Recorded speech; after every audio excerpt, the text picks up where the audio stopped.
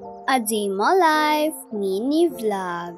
Samahan nyo nga ulit po ako ngayon sa aking panibagong vlog. Ngayon nga po ang aming pictorial day at umuwi po si Mama galing sa trabaho para po make-upan ako. Ngayon nga din po gaganapin ang aming awarding. At nagawa ko ulit maging with honor. At syempre kahit isang absent wala ako kaya perfect attendance din ang e-agar nyo. Kaya mga ka-e-agar, nakatanggap din ba kayo ng with honor or achiever? O kaya nakasali kayo sa perfect attendance? Okay lang yan, at least ginawa nyo ang best nyo. Congrats sa may meron at congrats din sa mga wala. Dahil kahit anong mangyari, ginagawa nyo pa rin ang best nyo. Balik tayo sa ating vlog. Minimake-upan na nga po ako dyan ni Mama. At kanina nga po, hindi ko nabanggit, nag-almusal po ako ng cake.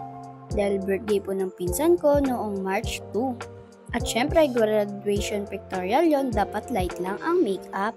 Medyo kumapal nga lang po yung kilay ko dyan. Pero dead ma sa basher, happy-happy lang. Sa mga hindi pa po pala nakaka-follow sa ating Instagram at TikTok account, i-follow nyo na. Nasa bio po yan ng aking Facebook account. Paalala po, itong account lang po natin ang ating real account. Meron naman po akong ibang account pero hindi po ako doon nag-vlog. Mga share post lang po, mga ganon. Nang makarating na nga po ako sa school, iba ko pong kaklase ay nagme-makeup pa. At yung mga lalaki naman ay puro cellphone lang.